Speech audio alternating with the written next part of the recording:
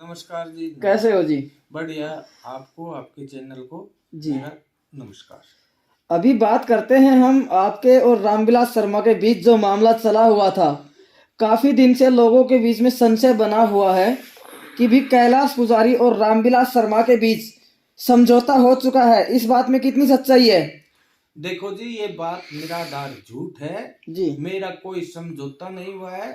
जी उनके प्रयास पे प्रयास हुए हैं जी पर लेकिन वो कुल्हड़ी में गुड़ फोड़ना चाहते हैं। जी शर्मा जी, और काफी लोगों के पास हमारे पास कॉल भी आते हैं। हम मार्केट में कहीं जाते हैं तो लोग हमसे पूछते भी हैं कि भाई आप लोगों को पता है कैलाश शर्मा को और रामविलास शर्मा कंप्रोमाइज हो गया, कुछ नहीं, ले दे के कंप्रोमाइज हो चुका है, ऐसा बता रहे हैं लोग, बोल रहे ये हैं। निराधार झूठ है। जब सत्य सामने आएगा तो दुनिया देखेगी।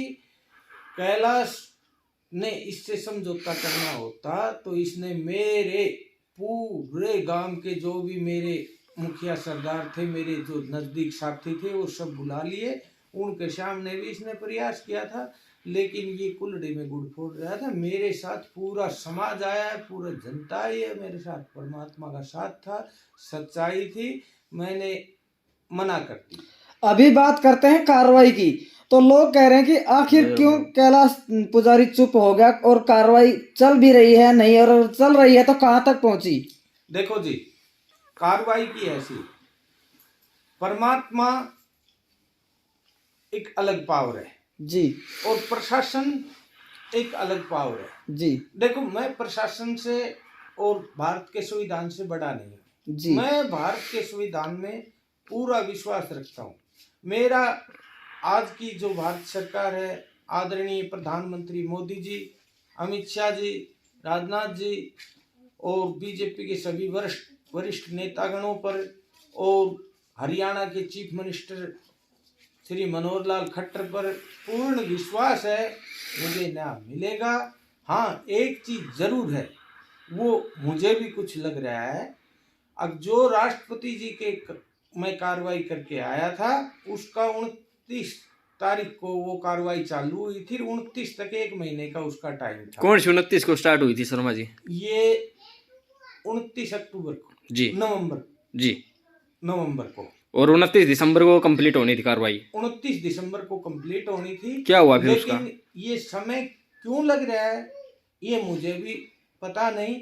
अगुवाई इसने किसी से विनती करके ये चीज दबवा रखी है, कैसे दबवा रखी है, लेकिन पाप कभी दबते नहीं। फिर आपके आगे क्या कार्रवाई चली हुई है उसे को लेकर, जो राष्ट्रपति मैं की तरफ से कुछ आना था? अभी हरियाणा सरकार और राष्ट्रपति जी के कार्रवाई का पूरा इंतजार कर रहा हूं।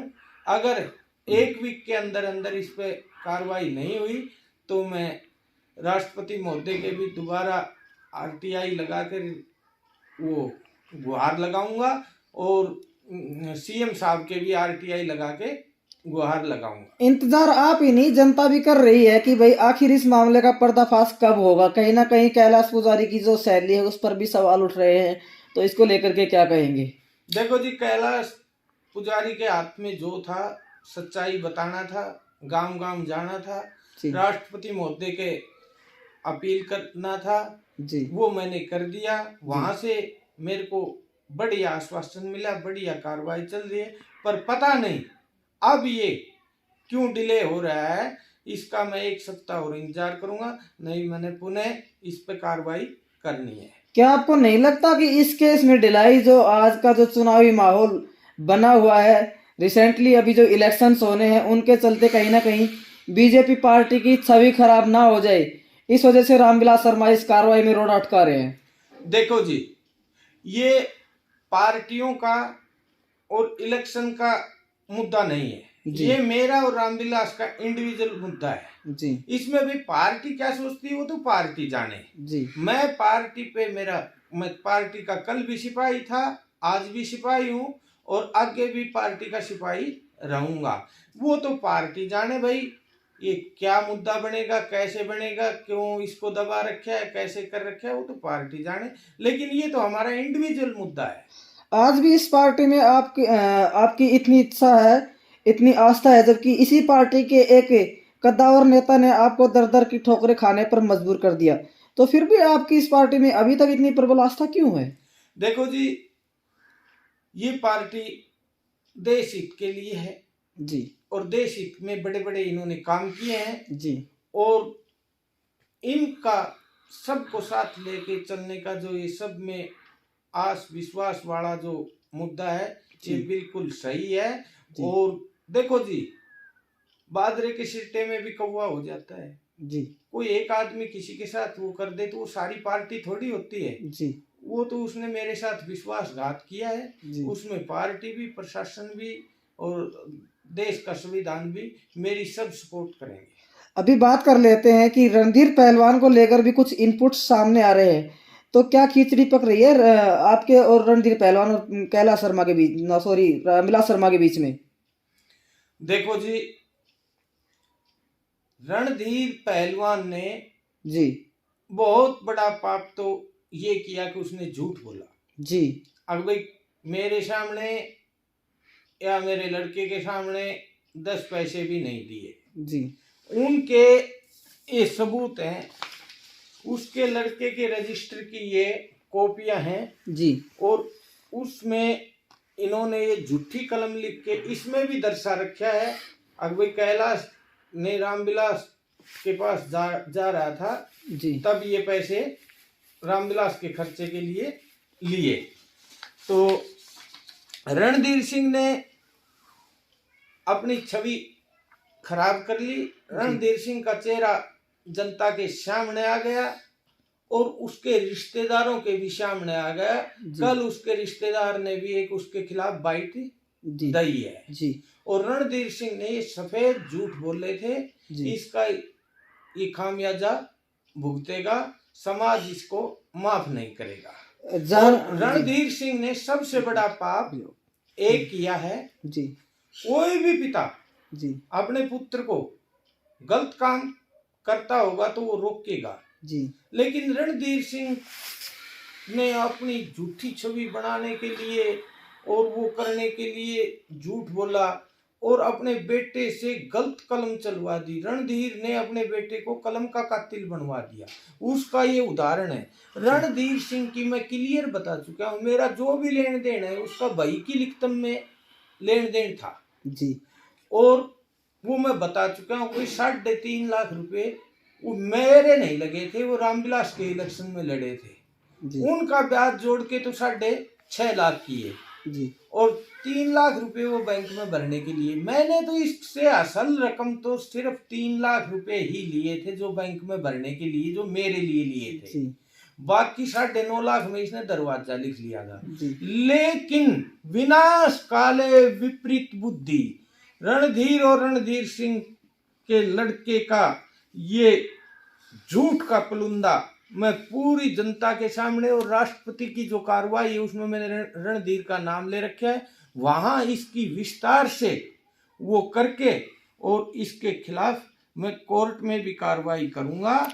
रणधीर ने एक तो 9.5 लाख रुपए में तो मेरा दरवाजा कर लिया जी, और फिर वो दरवाजे वाले पैसे उनका 7,60,60,000 की एक कलम और करवा ली जी। और उसके लड़के ने ये मेरे पास रजिस्टर की कॉपियां भेजी हैं। क्या शर्मा जी है इसमें ये उसने ये बोल रखा है, उसकी फोन में मेरे में रिकॉर्डिंग है जी, और उसने ये बोल रखा है कि हम तेरी तरह पागल नहीं है, ये देखो तुम्हारी ये कलम और हैं हमारे रजिस्टर में, खुद की वही काको लिखनी है, खुद लिखनी है और इनमें ये भी लिख रखा है अगर रामविलास के पास गया जब ये पैसे लिए थे हैं और उसका बाप ये कह रहा था अगर भाई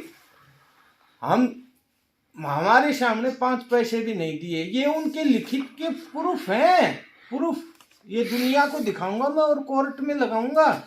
रणधीर झूठा भी और कलम का कातिल भी। अगर रणधीर के अंदर 1 सेकंड की भी इंसानियत हो तो वो गांव के बीच में आए और मैं आऊंगा और वो अपनी भाई लाए और वो अपने रजिस्टर लाए और क्या तो गऊ का पूछ वो पकड़ेगा, मंदिर में वो चढ़ेगा, क्या मैं पकड़ूंगा, मैं चढ़ूंगा।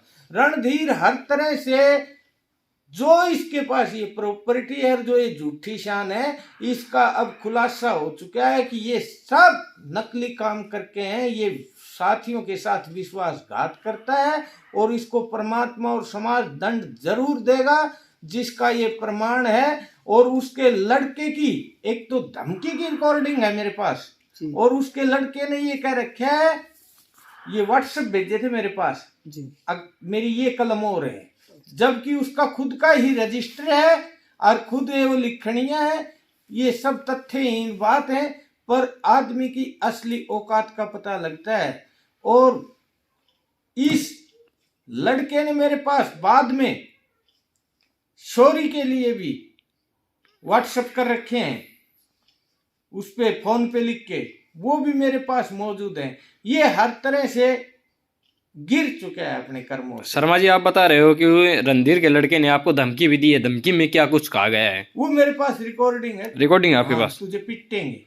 जी हाँ, अभी एक बार हम बात कर लेते हैं कि तरह तरह के प्रलोभन भी आपको दिए जा रहे हैं, और सुनने में आ रहा है कि कहीं ना कहीं कैलाश पुजारी है वो प्रलोभन के दबाव में आकर या फिर जो सामाजिक दबाव हो उसमें आकर के समझौता कर लेंगे। तो क्या कुछ ऐसा आप करने वाले हैं? बिल्कुल नहीं। जो होगा वो सरकार के सामने होगा, समाज के सामने होगा। ये बात सही है, मेरे पास रिकॉर्डिंग भी है, मेरे पास प्रलोभन के फोन आ रहे हैं। जी आका आप इस काम को कैसे भी सुलझा लो, इतने में काम चल जाएगा क्या? जी इस तरह की ये बातें सही हैं। कितने में काम चल जाएगा, कुछ बताओगे? नहीं, अगर आप सार्वजनिक कर सकते हो तो। अगर आप सार्वजनिक करना चाहें तो बता सकते हैं कि क्या क्या प्रलोभन दिए ये जा रहे हैं। मेरे एविडेंस हैं जी जो कि मेरे कोर्ट में और इंक्वायरी में काम आएंगे। जी जी हैं? नहीं, मेरे पास तो रिकॉर्डिंग है। जी मैं कोई मेरे कनासिब थोड़ी बोल रहा हूँ, जी मैंने कभी झूठ नहीं बोला। लेकिन इनको इनका किए का, इनका पाप का घड़ा भर चुका है। अब ये भांडा फूटेगा और जल्द से जल्द फूटेगा। तो आपकी इस तरफ से लगभग कितना समय और लग सकता है? आप किस नजरिए से देखो जी, देख रहे हैं कि लगभग कितना समय लग जाएगा, कितने दिन में जो समझौता है वो हो जाएगा? देखो जी, समझौते का तो कोई सवाल नहीं। नहीं, जो आपकी आगे की कार्रवाई है वो कितने दिन में हो वो जाएगी? मैं एक सप्ताह भर और बाट देखूंगा। जी कुछ ये कोरोना का भी टाइम चल रहा है। उसके बाद क्या कदम उठाने वाले हैं? उसके बाद मैं राष्ट्रपति महोदय के आरटीआई लगाऊंगा और सीएम खट्टर साहब के आरटीआई लगाऊंगा, और जैसा मेरे को जवाब मिलेगा उसके हिसाब से फिर मुझे सुप्रीम कोर्ट जाना है। धन्यवाद जी। ठीक है, राम राम जी। धन्यवाद।